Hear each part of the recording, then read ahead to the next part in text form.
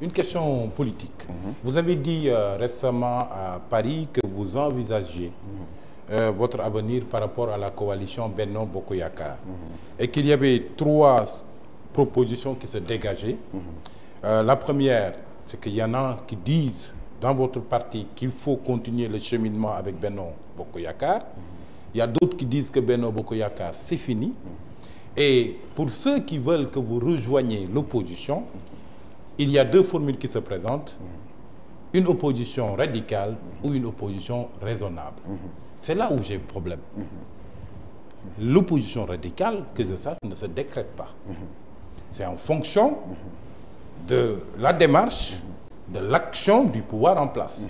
Comment se peut-il que vous ayez décrété qu'il puisse être possible que vous vous engagez dans une opposition radicale? Est-ce que vous êtes dans l'opposition d'ailleurs? C'est la question peut-être qu'il faut poser. Très bonne question. Alors, dès que je suis rentré à Dakar, un de mes camarades m'a appelé pour dire j'ai entendu ton résumé, est-ce que je peux faire un amendement? Je lui ai dit bien sûr que tu peux faire un amendement. Il me dit enlevons le mot opposition constructive ou opposition radicale, mettons opposition crédible.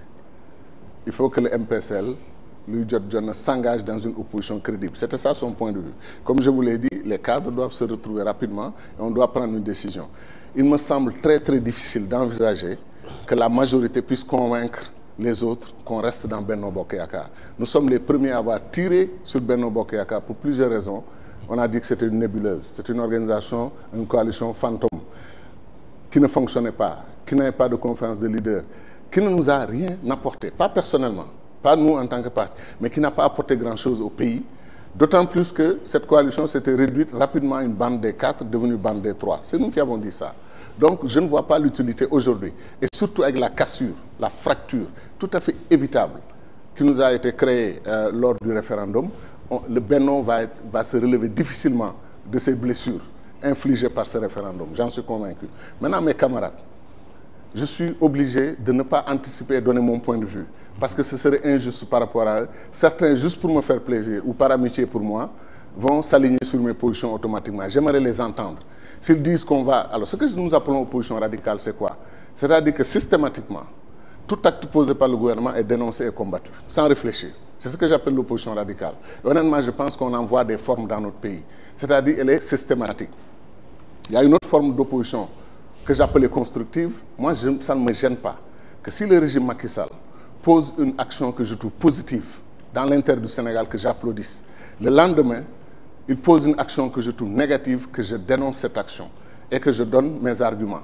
Mais ce que nous disions aussi, c'est qu'une opposition constructive, c'est que chaque fois que vous avez l'obligation de dire aux Sénégalais pourquoi vous êtes contre et quelle est l'alternative.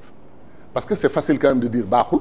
On vous dit pourquoi, vous dites parce que je ne suis pas d'accord. Vous n'êtes pas d'accord, pourquoi? Vous ne savez pas expliquer. Monsieur Gadiou, est-ce que vous n'êtes pas assis entre deux chaises, entre votre devoir d'opposant qui s'impose à vous et vos relations connues, très connues avec le président Sall?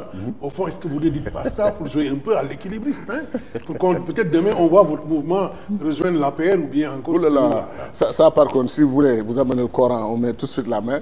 Si on voulait travailler avec l'APR ou rejoindre l'APR, on l'aurait fait. On rejoint... Je ne veux pas porter de jugement de valeur sur l'APR, parce que je respecte beaucoup d'amis qui sont dans la paire. Mais le MPSL n'est pas la paire et ne peut pas être la paire et ne fusionnera jamais avec la paire. Je l'ai dit ici, c'est enregistré. Donc vous n'êtes pas un transhumant potentiel?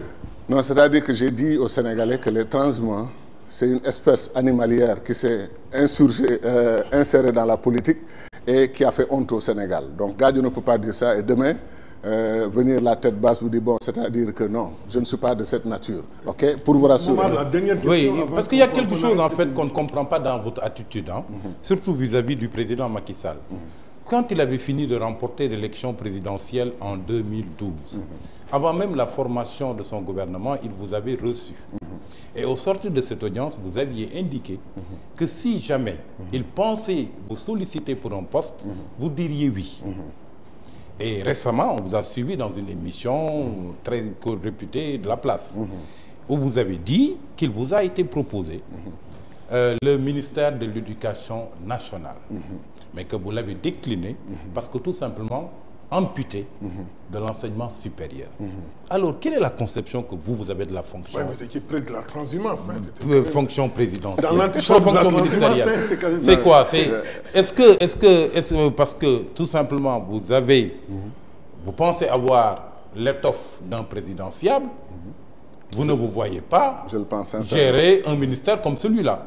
Si c'est cette perception vraiment que vous avez du ministère juste parce que ça sert de tremplin à votre carrière, alors là, ça pose problème. Alors, Momar, plusieurs problèmes. Vous avez soulevé beaucoup de problèmes. J'espère que j'aurai la possibilité Vous avez de 2 minutes répondre. pour essayer de... Alors, j'ai 2 minutes. Alors, vous avez glissé le mot transhumant en passant. Non. Après les élections, tous les candidats s'étaient retrouvés autour du candidat qui a gagné pour le soutenir, le féliciter et l'encourager.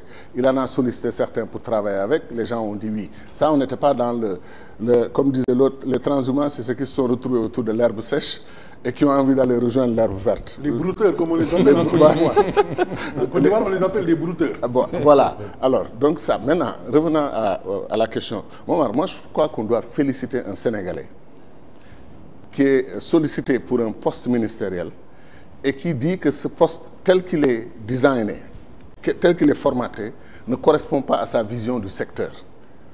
Et qu'il en a discuté avec le chef de l'État, la personne concernée. Moi, j'ai expliqué ma vision de l'éducation. J'ai même dit, j'ai proposé qu'on reconstruise les grands départements ministériels. Ça nous épargnerait 30 ministères, 40 ministères, 50 ministères. L'éducation, la dame qui dirige le ministère de l'Éducation en France, Najat Belkacem, je crois, elle dirige le ministère de l'Éducation, point. Elle a les universités, elle a les lycées, les écoles primaires, jusqu'à tout ce qui est formation. Mais souvent, ils ont des secrétaires d'État aussi qui, plus ou moins... Elle a des directions, direction de l'enseignement supérieur, direction de ceci, etc. Mais ce que je dis, c'est que si elle est capable de le faire, pour un pays comme la France, qui a 1000 et quelques universités, pour un pays qui a un système éducatif de réputation mondiale, moi, j'ai tellement de respect pour ma personne que je pense que moi aussi, je peux le faire dans mon pays, le faire pour l'Afrique, a fortiori pour le Sénégal. C'est pas que de me yek sama bop, comme on dit, ou que je pense que je suis un poids lourd, que je ne peux pas tenir ce genre de ministère. Mais ce que je dis, j'ai dit qu'une vision, une bonne vision, ne peut pas être tirée par 3 chevaux différents. Et je donnais l'exemple du président Ahmed Dada, qui disait qu'un troupeau de chameaux marche à la cadence du chameau le plus lent. Moi, je n'entre pas dans cette dynamique. J'ai dit, si on me donne l'éducation, si on me donne un grand département de l'agriculture, on m'a donné quand même les affaires étrangères pendant presque 10 ans, je pense que c'est beaucoup plus lourd avec la responsabilité de gérer 194 pays et d'être sûr que le Sénégal est en bon terme avec chacun de ces pays et de le faire chaque jour et d'éviter la guerre pour son pays, de ne pas dire des bêtises qu'on peut nous reprocher un jour, etc. Donc je dis que ce travail a été lourd et je l'ai assumé. Et je pense que si je devais rejoindre un gouvernement, c'est pour demander à servir mon pays, encore une fois, en prenant mes responsabilités. Ne pas être ministre pour être ministre, parce que je l'ai été pendant presque 10 ans. Ce n'était plus un enjeu pour moi. Et on ne peut pas aspirer à diriger son pays. Et après, on vient vous dire que vous devez prendre tel ministère et que vous trouviez que la substance ne va pas avec ce que vous pensez, la vision n'est pas la vôtre, et vous l'acceptez parce que vous voulez être ministre. Ce n'est pas moi. Je mérite des félicitations de ce point de vue. Pourtant, il fut une période où vous étiez accommodé à une situation quasi similaire. Quand on allait en direction de l'organisation de l'OCI, vous avez été nommé par décret président du conseil de surveillance de l'OCI. Mais après, au bout de 6 mois, Abdoulaye Wade vous avez enlevé pour nommer Karim Wade et Abdoulaye Baldé, le duo qui fonctionnait, et sous l'autorité duquel vous étiez. C'était quasiment une situation comme ça.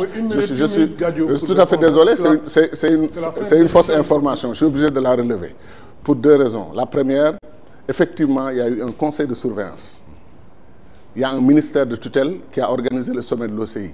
Mon cher Momar, à la fin du sommet de l'OCI, tous les pays qui ont pris la parole ont félicité le ministre des Affaires étrangères du Sénégal pour avoir conduit le sommet de main de maître, d'avoir mobilisé la diplomatie internationale pour réussir un sommet exceptionnel par la participation des chefs d'État, par la qualité des débats. C'est moi qui ai fait adopter la nouvelle charte de l'OCI au Sénégal, ce n'est pas l'ANOCI.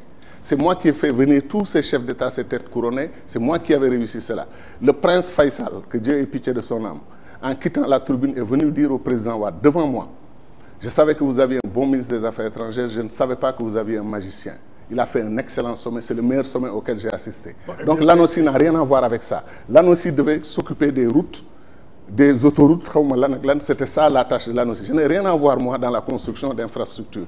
Et mieux, pour vous donner raison sur un point, quand j'ai lu le décret disant que j'étais le vice-président après M. Wade, j'ai dit à la première réunion que je n'assisterai plus à la réunion de cette structure parce qu'en tant que ministre d'État, je ne me ferai pas diriger par un conseil, premièrement.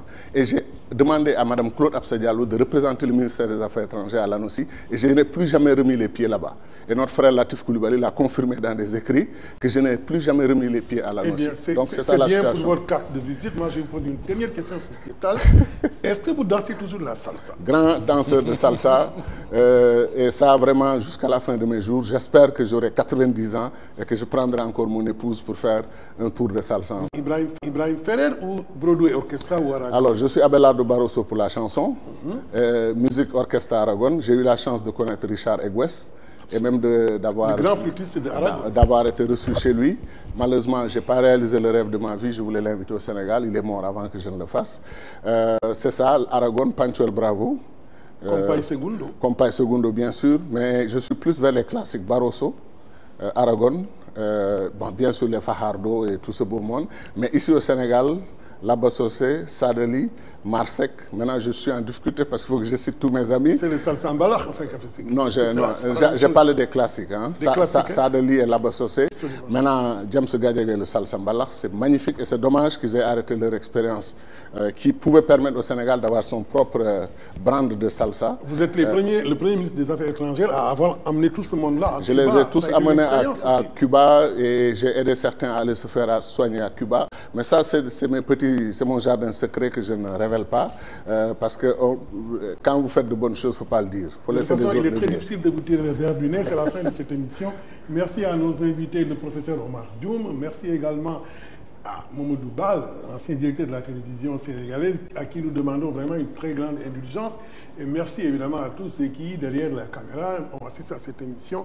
Merci, professeur Babacar, également, d'avoir voulu avoir cet entretien, enfin, avoir eu cette...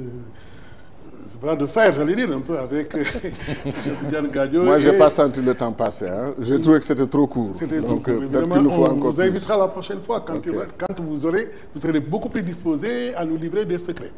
Merci et à la prochaine fois. Merci.